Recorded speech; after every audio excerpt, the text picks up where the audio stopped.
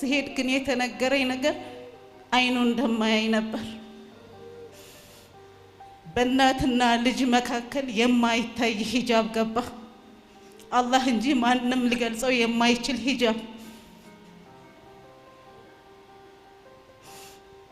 በጣም ከባድ ነበር። ምንም ማድረግ አልቻልኩ። ከዛች ሐኪም ቤት እስከምገባ ያለቀስኩት ፊቴ ሲቃጠል ብቻ ነበር የሚታወቅ። ቤት ገባሁ። እውነት መሆኑን ሁሉ ማመን አቃተኝ። ብዙ ነገር ሞከርኩ ግን አልቻልኩም። እውነታው እውነት ነበር።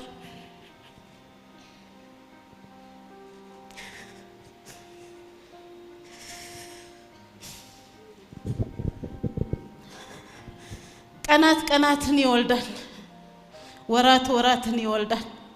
አመት ሆነ።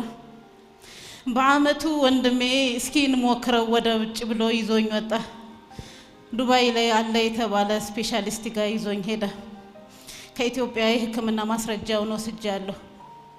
ገና ሲያየው እናንተ የመጣችሁት ለአይኑ ነው አለ። እሱ ግን ሲፒ የሚባል ጉዳት አለበት፣ መናገርም መንቀሳቀስም ላይችል ይችላል አለኝ። በጣም ከባድ ነው። የወለደ ያውቀዋል። እዚህ ሁላችሁም የልጅ አባት የልጅ እናት ናችሁ።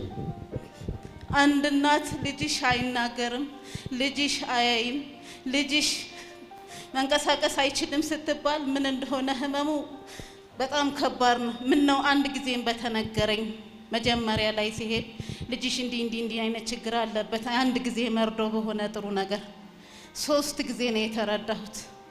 መጀመሪያ አራስነት ኤፒሌፕሲ የማይቋረጥ መድኃኒት መውሰድ አለበት ስባል ለኔ ከባድ ቀን ነበር። ያ ሁለተኛ ላይ አይኑ አያይም ስባል ከባድ ቀን ነበር።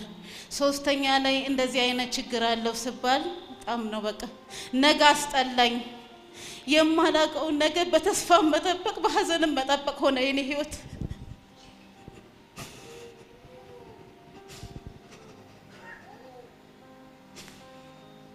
አንድም ምን ያሰማኝ ይሆን? አንድም ከአላህ ረህመት ተስፋ አልቆርጥም።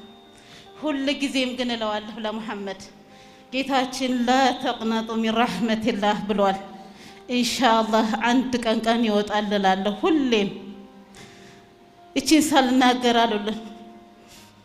ጧት ስወጣ መሬት ላይ ተኝቶ ሐሙዲ ወጣሁ ብዬ ስወጣ ስቆ ነው የሚሸኝ። ማን ነው የአመት ልጅ እንደዚህ ብሎ የሚወጣ? ተሸብቀን ተሸሽገን ነው የምንወጣው። ማታም ሽቼ ስገባ